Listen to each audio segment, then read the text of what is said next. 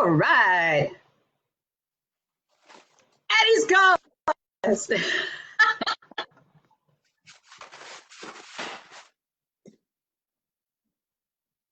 All right, we'll wait for. There you are, Dal. There you are. How are you, Mr. Hey. Hugh? I'm amazing, thank you. How are you? Yes, I'm very good. Very good. Locked up in New Zealand. We're at stage 4 here at the moment. So, Wow. we're in the 4th week now. So just waiting to see what happens next week. But it's still pretty restrictive, as you can imagine. But yes, it is. Did you go to New Zealand on purpose rather than staying in Melbourne, or were you just locked there by accident? No, I went on purpose. I've got all my family's here and stuff, and I kind of had a feeling what was going to happen. So I thought, right, let's go and make sure the parents are okay, and Makes sense. my grandmother and all that. So yeah, but it's been actually really nice. But yeah, enough about me. How are you? How's the business? What's going on? We had to virtualize all of our stuff. So Yeah. we went through a huge momentous effort to virtualize all our SOPs and all our procedures, like how we did everything. Basically had a week to do it all, which was crazy. So everyone's now working from home. So we've got 20 staff working remotely. We can still come to the office. So I'm actually able to still take my daughter to daycare and come and work from the office. So literally that's all I can really do from home, daycare, work, home, daycare, work, which works out really well for us. And I get to be in the office and still get some work done, which is cool. We lost. Are we live yet? Or Yeah. Oh, we're live. Yeah. I was about to unload, and I'm like, oh, hang on a sec. Yeah, it's all good. It's all good. But hey, look, I think. Yeah, it's cool. Yeah. That's right. So I mean, I'm happy to share. So we lost. Yeah, it's great. Probably as an agency, we probably lost about $30,000 to $40,000 a month just in one day. Yeah. When the government shut down all the gyms, all the restaurants and bars and like all that sort of stuff. So we were like, what the frig? We were lucky that part of our business was a small part of our revenue stream. So we were able to double down with our e-commerce clients and really push hard and scale a lot of our e-com clients. And thank God, because as you probably well know, it's people are at home buying stuff. That's great for us and our clients. So taking advantage of that's been really good. So any revenue we sort of lost, we've been able to supplement with that. And as well, we've actually onboarded probably 3 clients as well, 3 new clients in this period. So people are wanting to do work, which is great. And we're lucky we have clients all around the world. So the US market for us is killing it at the moment. A lot of our clients are having the best months ever in the US, and Australia is the same as well. Australia's going nuts. So yeah, it's a good time. It's interesting to sort of have to pivot and sort of adjust messaging and work with brands. There's also fun as well. I really enjoy this sort of stuff. So yeah, it's good. Yeah, so do I. And I think that's good to hear. And I think it's like, I guess it's a little different in New Zealand at the moment because they've pretty much shut down everything except for food delivery, not restaurant delivery, like, whole food goods. So there's no e-com, there's nothing. But I guess the whole premise of this was that, making sure people are prepared for what the next level is as well. And I think there's an interesting time now to be able to leverage what's going on to readjust what your business is, what you can do, and how you can use digital as well to really bring it to life. And I guess today what I want to go through, and I've had quite a bit of good feedback about this, obviously, is Instagram and how to use it and all that stuff. But first, Hugh, do you want to just give like a little rundown as to, who you are, what you've done, why you're qualified to speak on this topic, all those fun things, just to make sure, people can suss you out to see if you're the real deal, which I know you are. Well, I think I'm the real deal. Jeez. You are. I am a co-founder of an agency called Exposed Media. We have our head office in Brisbane. We also have an office, a service office in Austin, Texas. We help basically e-commerce brands scale to the next level. So clients, essentially brands who are stuck at a sort of revenue ceiling. We sort of use marketing tactics and strategies to break that ceiling and make more money. We've been in business for about 5 years now. Exposed media, we've got I think we've got 50 odd clients, 52 I think on the books at the moment across the world, and staff of 20. We manage about $2 million a month in ad spend, in US dollars as well. So that's pretty cool. And we work with some really amazing brands. So I've personally had my Instagram story. I've been playing with Instagram for about 2 years now. Really trying to sort of build my own brand. Like exposed media is a thing, and that's a really huge machine, and that's all great. And Phil and I, my co-founder Phil, we've worked hard to get it where it is. But it's really, I really wanted to double down on my own personal brand and start making a bit of a name for myself. A few things triggered that. I won the Marketing Entrepreneur of the Year for Australia in 2018. And then from that, it's sort of been a trickle effect, and me pushing harder and harder. So I saw Instagram as a real niche for brands, because people were dominating it, like really, really dominating the space. But then Instagram came out and basically shut a lot of the growth hacks that were available at the time. Shut that right down. So, auto likes and follow unfollow stuff and all the bots things, that's all gone. So it was an opportunity sort of to start at ground zero and really try and build a following. So yeah, I doubled down on it and tested a whole bunch of stuff. I made a lot of mistakes. I've some good successes. I've tried pretty much everything under the sun when it comes to Instagram, both a growth hacky sort of white hat and black hat thing. So I can talk to all the fun stuff that I've learnt and broken. Oh yeah. We're gonna get into the deep end. Oh, really? Cool. I suck at Instagram, so I'm ready. I'm gonna got my notes and stuff as well, taking it down. So 20 questions. I love it.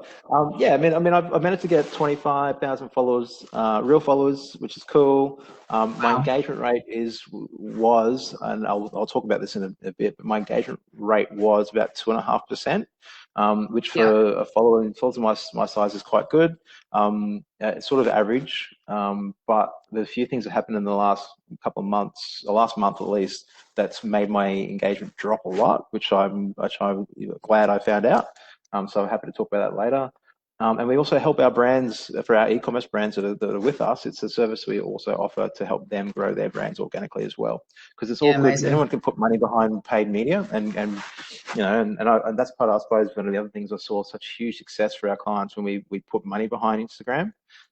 So to be able to go to people, we can do this organically and not have to put money behind it. It's just a win-win. So yeah, so we built quite a good little service offering for that for our clients, which is great. Amazing. So recently you've just written a book on Instagram and how to grow it organically, which is amazing. So I guess what I'd like to kind of go through today, I'd love to hear some of those things that you just mentioned there about what worked and what didn't. But I think a lot of people on the watching this and stuff are probably in positions where they may be starting from scratch, or they've got they've tried Instagram and it really hasn't worked that well, or they just don't know what it does. So I think worth even just starting with some fundamental stuff. How does it work? What's the platform good for? Who are the kind of people that use it? All that kind of stuff, and then we can go from there. That's a good. So start from the beginning of time. Exactly. In a nutshell, Hugh. Yeah, in a nutshell. So obviously, social media has got many platforms or many forms at the moment. So Facebook, Instagram, TikTok, Snapchat. LinkedIn, if you want to call LinkedIn social, as well. Like there's a whole bunch of different things out there for people to sort of be themselves and sort of create their own little space on the interwebs. So Instagram is obviously one of the products from Facebook. They brought it out, and they've been investing heavily in that, really trying to make it a platform.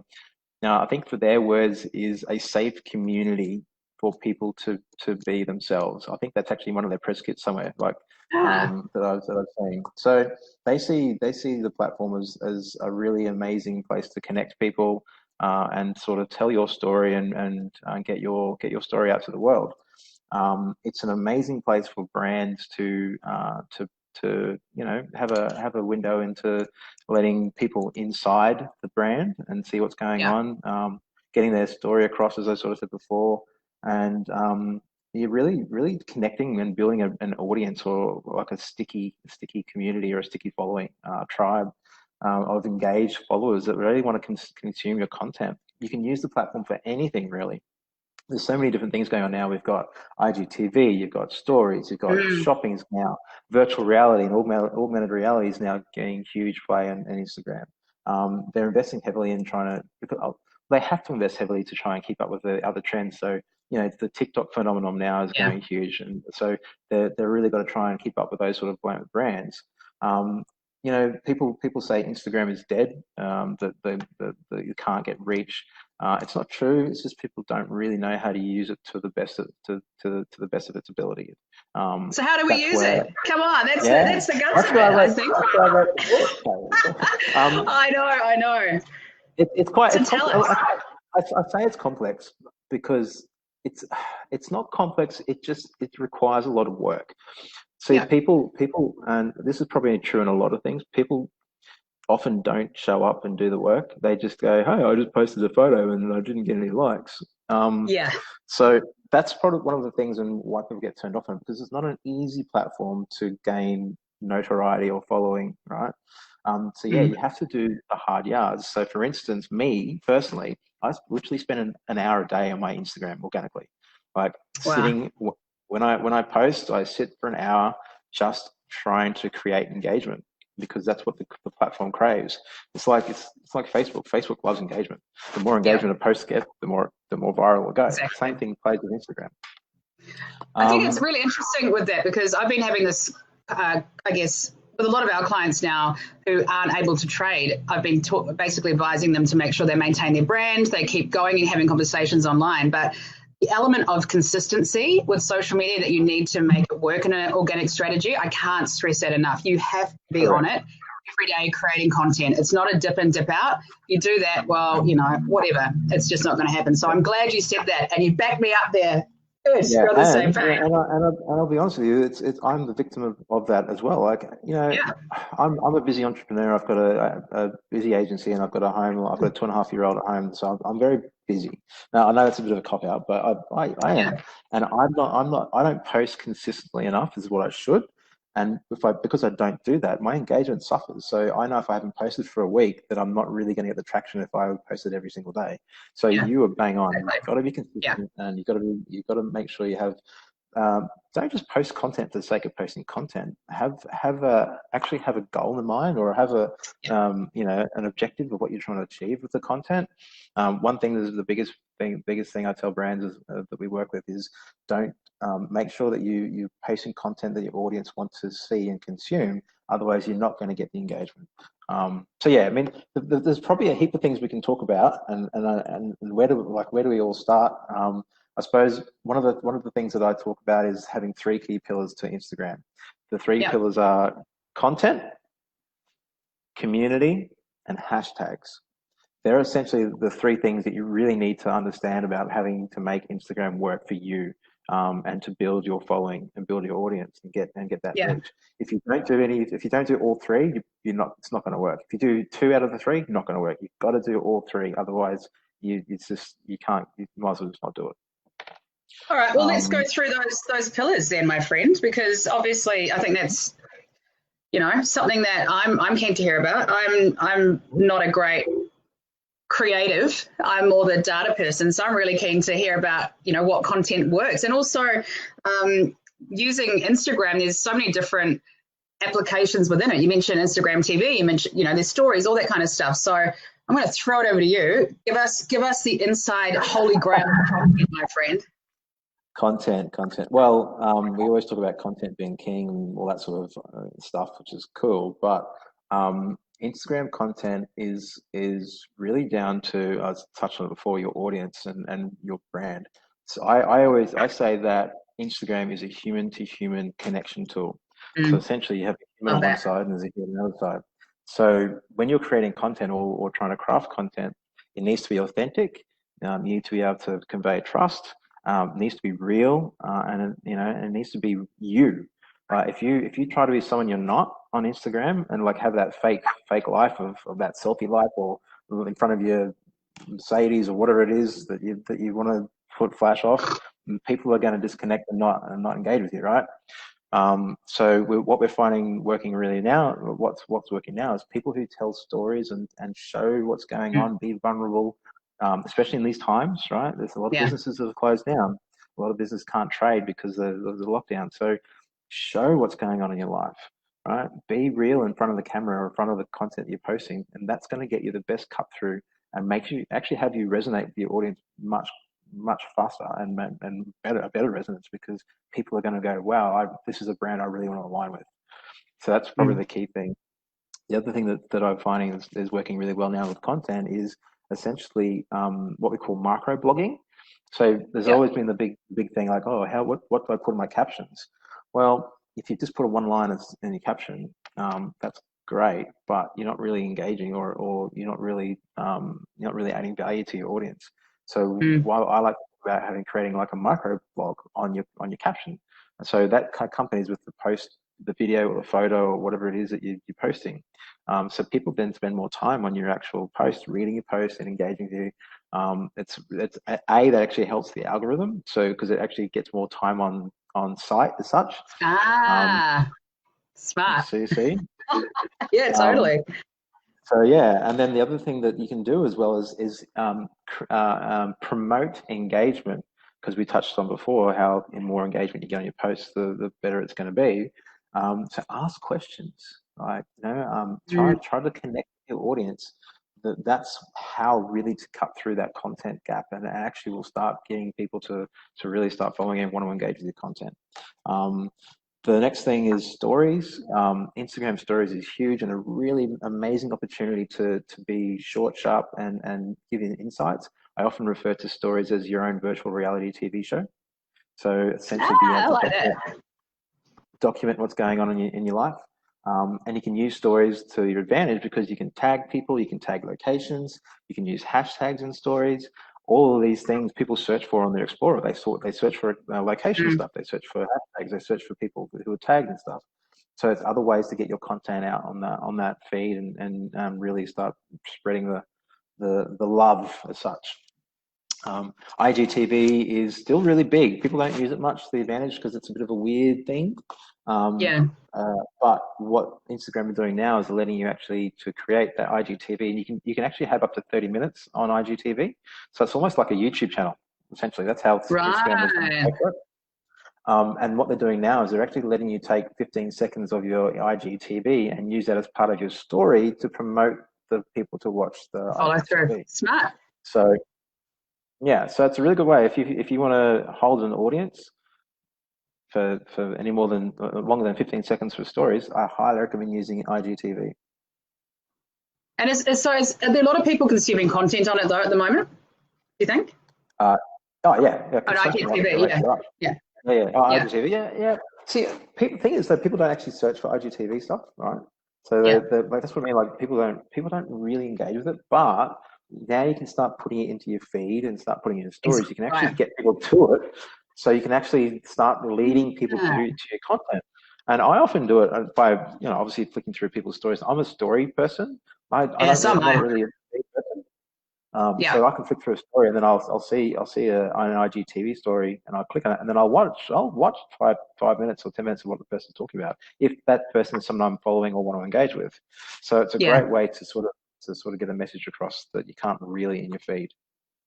Amazing. I didn't know that. So thank you. What about the actual content? Do you have to, I think a lot of people feel like they've got to have really polished, gorgeous photos and all that stuff. But maybe this relates back to your authenticity thing. Like what kind of content works for you?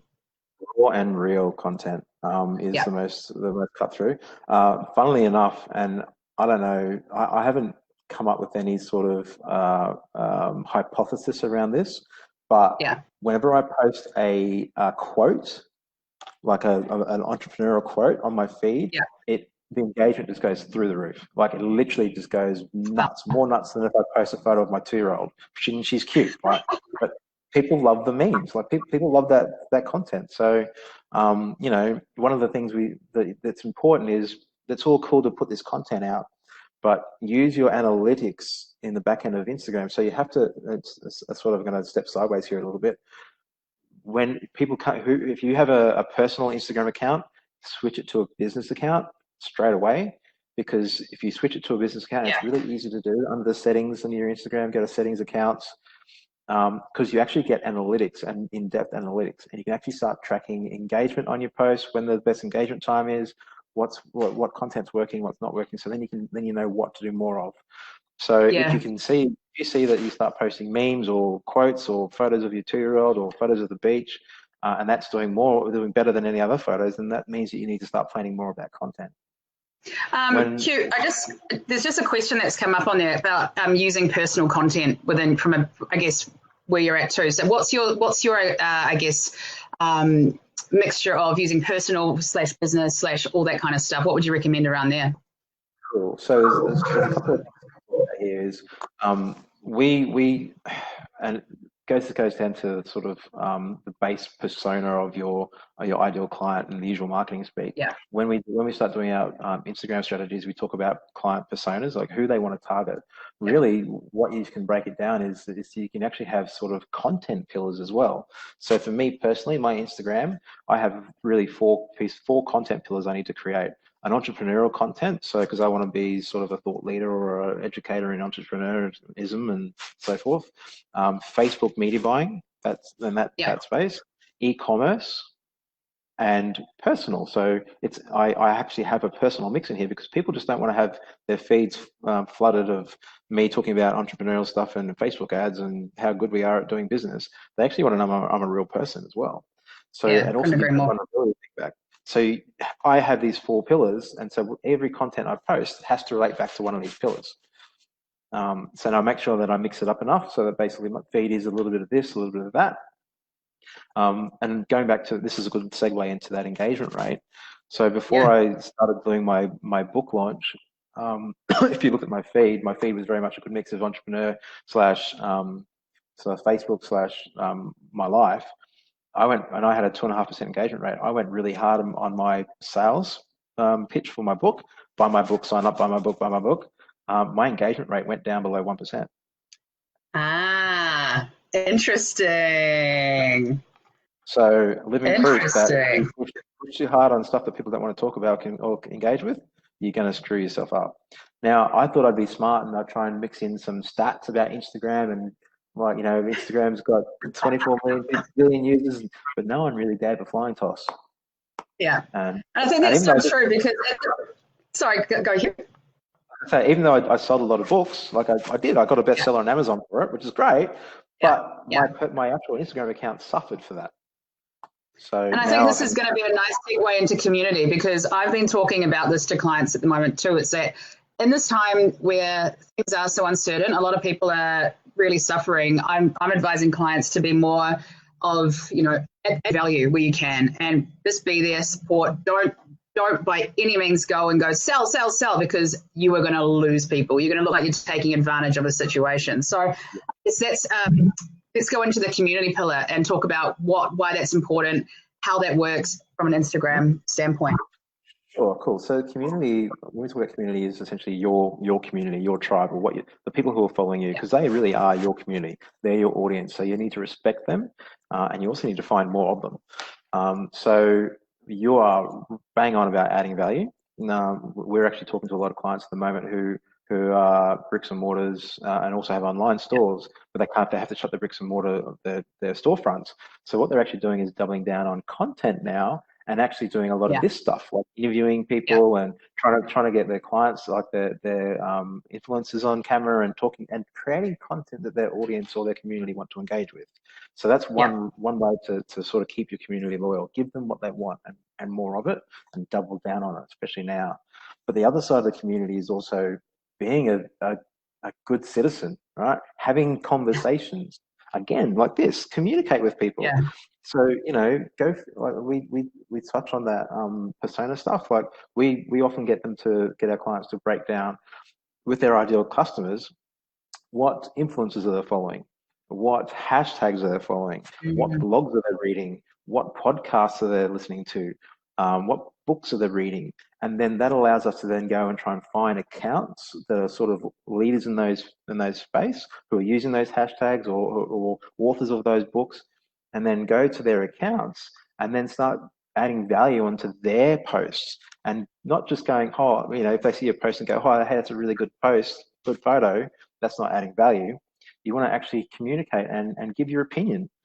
Be it right or wrong or whatever you think it is, or be respectful, but have a conversation with that person, because their followers will see that, and then their followers will engage, and then you're starting these conversations, and that starts building a community. People start, and then they'll come and follow. They'll actually will go back to your profile, see who you are, and if that aligns with their values and what they want to follow, they'll follow you. Yeah, for sure. That's the most important thing. And I think it's funny because just quickly on that, I think a lot of people treat, especially from a business perspective, a lot of people still, I'm talking maybe more the more mature members of the population, I see social still as another broadcast tool. And this is where I see brands, they don't value community engagement, they don't value this stuff, like, oh, just create content and, they will come. Yeah. No, they won't. Doesn't cost a field of dreams. If you built it, they will come. Yes, exactly. That's it. That's what I was looking for. Oh, the brain. Hey, just quickly, there was a question that came through previously on content, and for your 4 pillars you mentioned before for your personal account, do you use different mediums to facilitate them, as in like stories or posts, or is it just kind of a mix of everything? A mix of everything. I sort of use stories more about like that sort of, that, as I said, that that reality TV show. So what's going on in my day-to-day life, whereas content, my feed's more of my long form content or sticky content, I call it. Right.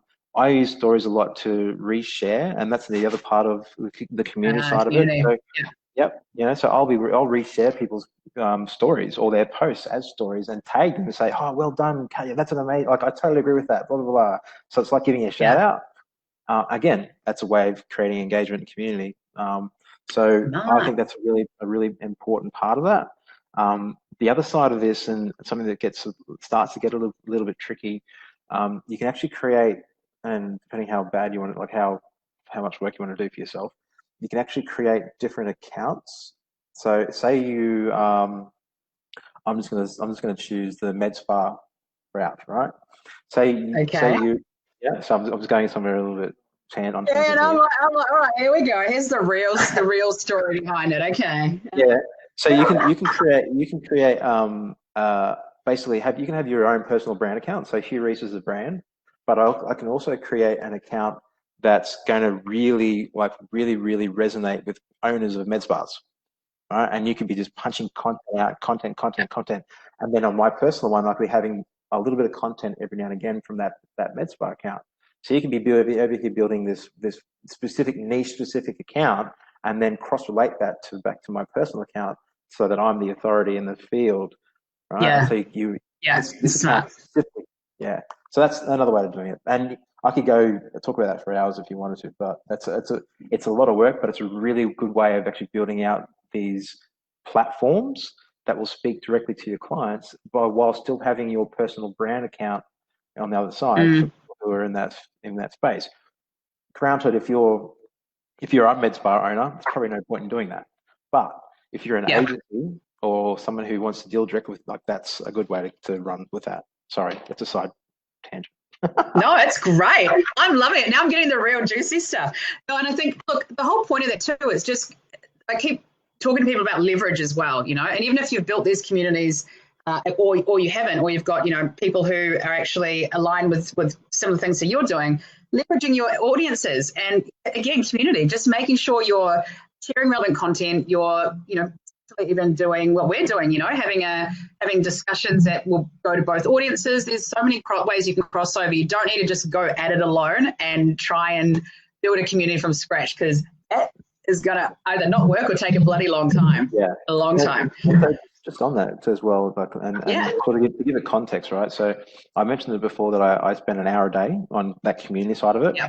So when I post something, if I'm doing a post for my feed, I will spend the following hour after I post in doing that community engagement straight off the bat, because I've got some fresh content that I want people to actually see. So if I'm offline doing my thing in community, right? So then straight away those people will come back, look at my content, engage with that current piece of content, boost the algorithm, and away you go.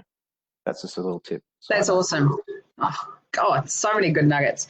All right, let's talk hashtags, because I hate hashtags. Not for the fact that don't they? Well, you know, I don't know. I just forget the whole time. It's too much work for me. So Instagram's too much work. Yes, it is a lot of work. But anyway, it's good. It's fun work. Hashtags. I hear everyone say to me, hashtags don't work. The hashtags I'm using, my reach is squashed and blah blah blah. It's not true. Hashtags are the best way to get engagement. I've had posts go viral onto the Explorer feed and hit 100,000 people before. So it's quite easy to do. I'll rephrase that. It's not easy to do, but if you have the right strategy in place, you can do that. And it all comes down to using the right hashtags for your personas as well as your content. If you use the wrong hashtag, so I'm going to use an example of, I've just taken a photo of the beach. It's a beautiful photo of the beach, sunset, looks amazing, and I use photo of the day as a hashtag. You know how people use photo of the day? Like, I think it's I do. That's why I hate them, because I see that shit and go, oh God. I think it's like 10 million people use that a day, right? So if you've got a small following, so say you've got 5,000 followers, and you posted a hashtag of the day, a photo of the day hashtag, and then Kim Kardashian, who has millions of followers, uses the same hashtag, she is going to rank higher on the algorithm than you are. So there's no way that your post is going to reach people in the Explorer feed because of that hashtag. So the hashtag, even though it may be relevant to your photo, that's got very high competition hashtag. So we try to find hashtags that are low competition scores so that you can rank higher, and hashtags that have basically high-ish likes. So you can have a metric of like daily likes, so you can actually check. And I'll post a comment once we finish this. I'll post some links in the group or what have you there's actually free tools out that will let you do research on hashtags. Amazing. So you want to know, is the hashtag being used? So basically the high competition, how many likes it gets, average likes. So if you get a hashtag that has an average likes of 10 a day, that's not going to get you very far. So you want to find the median. Usually I say around about 1,000 likes a day is what's really good, because they're very low, low competition hashtags, and they're also going to be probably people who really use that hashtag and search for it, which are probably your ideal audience. So there's that. Obviously using relevant hashtags to your photos or to your content, and also using hashtags that may be, especially for people in this current situation, location based. So if you've got a business in Auckland, I wouldn't be using hashtags that are relevant in New York, because my audience is obviously in Auckland. So I would be wanting to use hashtags that relate to Auckland and what's around. That's the key thing. You just got to do the research. Try and find the daily post count. Make sure it's not a high competitive hashtag. You've got 30 hashtags. Use all 30. I'll ask you that. Don't put 3. Don't put 4 of your best hashtags. Use all 30, because the algorithm will rank all 30. And how frequently should you be reviewing the hashtag strategy? Is this a daily thing? Is this a weekly thing? Yeah, cool. Good question. So the way I do it, me personally, I have, because we've got 30 hashtags, I like to break them up into lots of 10. So I have 10 core hashtags that I will use with every post. So those 10 core hashtags are the ones that I really care about. So, entrepreneur, business mindset, like stuff that really relates to my key 4 pillars of content that I want my personas. So I always use them, and I'll check to see. And there's also tools that will let you tell you how your hashtags are ranking as well, so you can actually see if they're actually doing any good or not. Awesome. So I'll review that every month or so to make sure they're still relevant.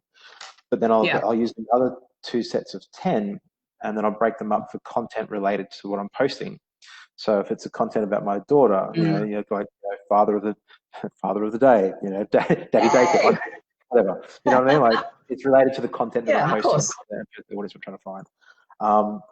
And then what I'll do is with those two lots of 10s, I'll get 10 that I can really dominate, that I know are very low competition scores, so that I know that I'm always going to rank for those 10. So every time that when I use those ones, when you go to the Explorer field, if I search for that content, I'll show up. And then I'll use the other 10 to be sort of medium competition and high competition. So because I know if I rank for one of those, my reach is going to go through the roof. So I always do that sort of mix, if that makes sense. Yeah, it does. And I think what this is really pulling out to people, I think like a lot of people just think Instagram is about pretty pictures, right? And there is so much strategy that goes behind in the back end. You've got to use the analytics, like you've said before, create a business account, use these free tools, do the work, because there's no point sitting there just throwing shit at a wall pretty much and just hoping it works when you've got these tools available to help, but you've got to put in the time and the effort.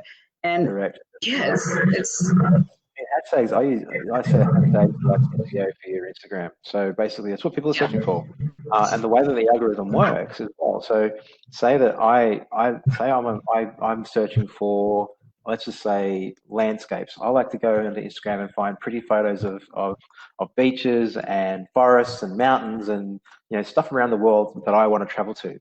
And so the more photos that I'm on Instagram searching for and liking, Instagram knows that that's the content I want to see, right? So by using the hashtags that relate to that content, if you use that hashtag in your feed, and I'm the person has been flagged that likes your type of content, when I go to the Explorer section, there's a high chance, a possibility that I'm going to see your content in my Explorer feed without me even being able to follow you. So that's why the strategy is really important. You've got to put a plan in place to try and reach new people. You can't. That's why people come to me and say, "Hey, like it doesn't work." I'm like, "Well, you're just not using it the way it's created." The algorithm works the way it works is because it tries to get the right content in front of the right person at the right time.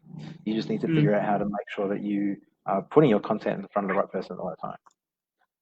I love that. Can I ask you, there's something else that I've been looking at, been following quite closely, especially the last month. Where do we sit with influencers now, my friend, especially from a branding point of view? And do you recommend them? If you do, what do you think they're worth? You're an influencer yourself now, so it's also you are 25,000 followers. Hello, fuck. But it's more about how does that sit? Because I think there's been so much grey area around influencers, and also a lot of really good ones and a lot of really, really bad ones. So I'd love to get your take on that. Influencers are a huge part of any brands, especially in e-commerce brands, marketing, and I highly recommend they do it. They just need to do their research on the influencer. You can't obviously get an influencer doesn't have your core demographics. So make sure, a tip, if you're doing any influencer work, make sure you ask for screenshots of their statistics, so that you actually know what they're talking about.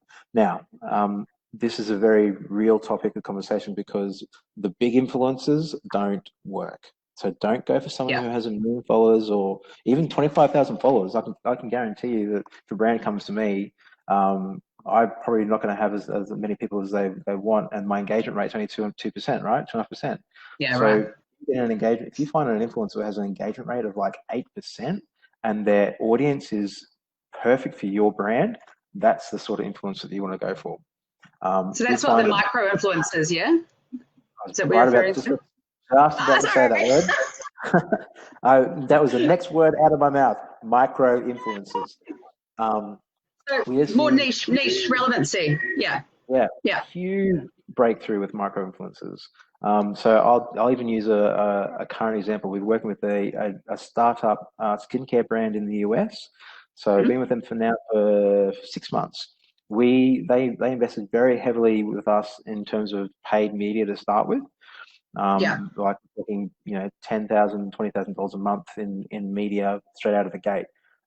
We struggled very hard to get them ROAS positive out of the gate because no one trusted the brand.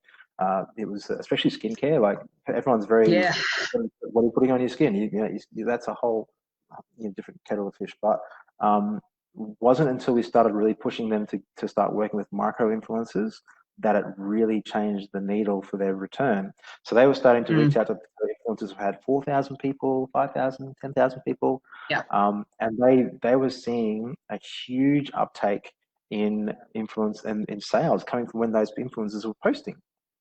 We started giving them codes so that we could actually start tracking the sales that were coming from influencers. And as soon as we started doing that, our ad spend return went through the roof. We're at 4x now.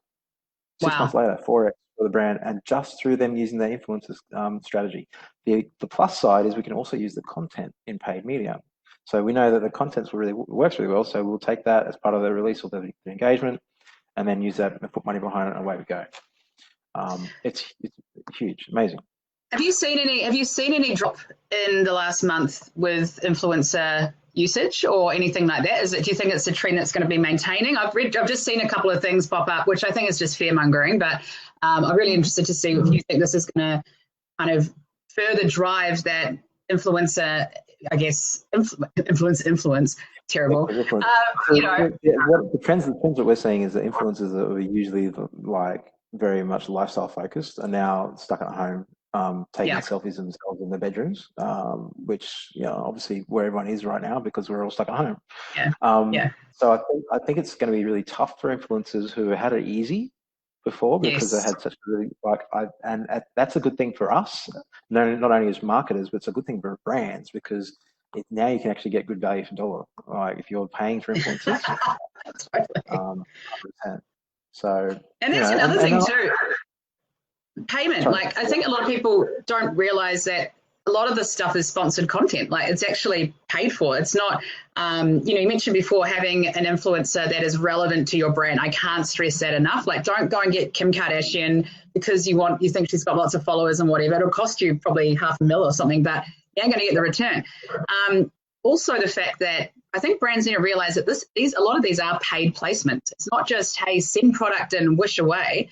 And have you had that much with your clients, like trying to have that conversation around? Yeah, so we always advise our clients that it's really good to obviously try to give them product and be nice about the conversation. Most people will ask for money, which is fine, and obviously that you're paying for the hard work that they've done, which is totally cool. But a lot of the micro influencers we're dealing with right now are just happy for free product. Cool. Yeah. So if as a brand, if you've got an e-commerce brand right now or any sort of brand, if you've got a product that you can send to an influencer or micro influencer, and it's going to cost you shipping and a bit of product, that's the best money you could ever spend. I totally agree. And I think the thing too, and I see this a lot, people just try and blast out everyone they can and just go, again, find that relevancy, but maybe go through their feed and actually find something that they need help with, or add a value. Maybe they're complaining about dry skin at the moment when the weather's changing. If you've got a dry skin product, it's all about being relevant, but also not just being a creep. On the flip side of that, and I'm not sure the exact audience that's in the group, but I've got a friend of mine who's now, she obviously with what's going on, she's got it's one of my daughter's friends, so my 2-year-old, she's got a 2.5-year-old as well. Now that she's at home, as a mum at home, she's asked me, well, what can she do with her Instagram? So we had a chat to her about it, and now she's actually turning her Instagram into her life at home with her daughter. She's posting really cool stuff about the recipe she's cooking for her daughter, what she's doing with her daughter to keep her teeth. And she's actually now getting approached by clothing brands, like toddler clothing brands, to rep their product. And she's only been doing it for 4 weeks. It's crazy. All right. Are you listening, people? This is what I'm talking about. And the thing is now, we're all at home, as you said. There is such a captive audience, and everyone is going to be able to relate to a mum who's, probably going a bit crazy, having to look after a kid 24 hours a day, finding different ways and ideas to keep them, entertained. And I think people think that their life isn't exciting enough or doesn't have enough value, but it's the real shit that matters, and it's the real stuff. That's exactly the conversation I had with me. She's like, "Oh, I don't know if anyone would care about what I'm posting." I'm like, "No, just be you. Do you do your life, and the followers will come." And it has. So I'm really, it's really. I tell that a few times to people, and they've just gone, "Wow, that's amazing," and it is. That's It just shows awesome. you the platform is there, whether you're starting out or whether you're a brand. You can use the platform and be yourself, be real, and build a following quite well. I was going to say easy, but it's not easy. But No, it's you can not do it. easy. And I think that's the main takeaway here too, is that as you said, you can start from anywhere on Instagram, and it's easier than other channels organically to grow. It really, really is. But you've got to be on the ball. You've got to be creating content daily minimum. You've got to make sure you're doing your research around your hashtags. You respect your community, all those things you said. Like, don't be an asshole. Be yourself. Respect people, and leverage other, like-minded people within the community, whether it be influencers or other people that through your network and stuff. It's pretty. I think it's a pretty exciting platform. I guess we'll wrap up shortly, but I'd love to know if there's anything else that you think would be good to, any other tips, any other secret knowledge that we need to know when it comes to good old Insta. Secret knowledge. So two things. I'll give you two tips that are pretty relevant to what we're doing. The whole hashtags in your comment or hashtags in your caption debate. I get asked that, and if you had asked me before Christmas, I would have said it doesn't matter. You can put your hashtags in your caption or the first comment, and it doesn't matter. It's really an aesthetic thing. However, since Christmas, and I'm not sure if there's been an update to the algorithm or what have you, I've seen a large decrease in reach from using hashtags by putting it in the first comment. So I highly recommend people put it into their caption. Even though if it's not aesthetically pleasing, it's going to get your content reaching more people. The second part to that is that if you start using some of the free tools that we'll share later, they actually can only find hashtags in your captions, not hashtags in comments. So if you're trying to track and be analytical and trying to track data, the only way you can track the data is by having it in that first caption. So that's the first tip and takeaway I'd give your audience straight away. The second thing that's really important, and this is a funny one because I get a lot of blowback on this, but Instagram have actually come out and said that the engagement on your post in the first hour has no relevance to the organic reach that it will get. I call bullshit on that. Oh, absolutely. Okay. Yeah. And I have proven it many times with my own account and our client accounts. The amount of engagement that you do get in that first hour really does set the tone for how that post will go organically for the rest of the time it's up. So that's one of the reasons why when I post, I then spend that time engaging with other people's content because then I can see my content and engage in my content. And it's a very important part of the process that I recommend. If you don't do it, if you just put the hashtags up and go, cool, done, post is up, see you later, you're not going to reach people. You will, that's but so you're not going to reach as many. You're not going to get that big kind of push. That's such good advice. And I think, again, I said before, it's like you can have the best content in the world, but if you're not spending the time connecting, finding those people, commenting, doing whatever you need to do, it's a waste of time. Unless you've got a lot of money to put paid media behind it and boost it out to the right people, then that's a whole other conversation. That's a good point. Tip number 3.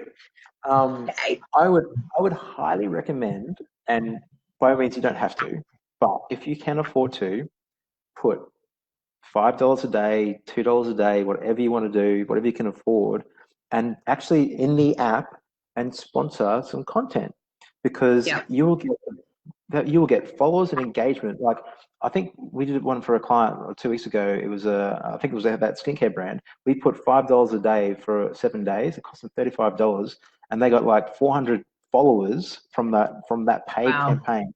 They reached like 20,000 people from that paid campaign for $35. So what I usually say for clients is, as throughout the week, choose the top 3 or 4 organic posts and put money behind it, and just a little bit of money, and you'll be surprised. You will get followers and engagement through the roof just by that. I know that does sort of that does sort of go away from the organic strategy, but but hey, sometimes you can speed it up with paid. Trust me, you know. It's my little thing. The whole thing is you don't have to invest a lot of money to do it, right? And yeah, it's anyone can do it. Even like $1 a day. I'll use one of our mutual friends, the $1 a day strategy. It works. Trust me, it really does work. Yeah. And can I ask you so you mentioned a business account before. Can you only do ads on a business account?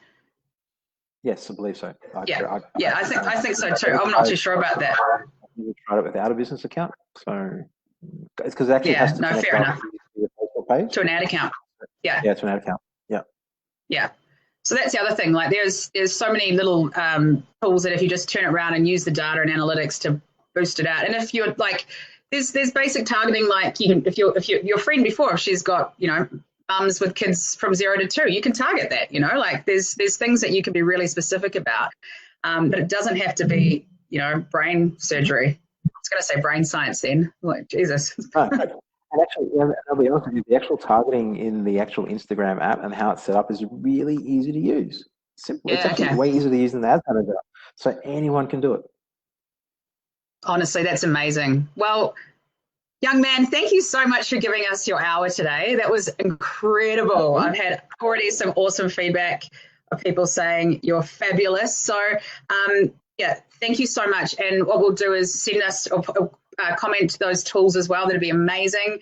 Also, I'm going to post up a link to your book as well, because if you want to know more about Instagram organic growth strategy, it's amazing. So make sure you guys read it, because you know, you actually know your shit. And there's not many people who do in this space. And I think that's like, it's really nice to talk to someone who's not only just, you know, giving us tips, but has gone through it and has done it themselves. And I think that's always one of the most amazing things when we talk to people, because you're the real deal. You're the real deal, Hugh.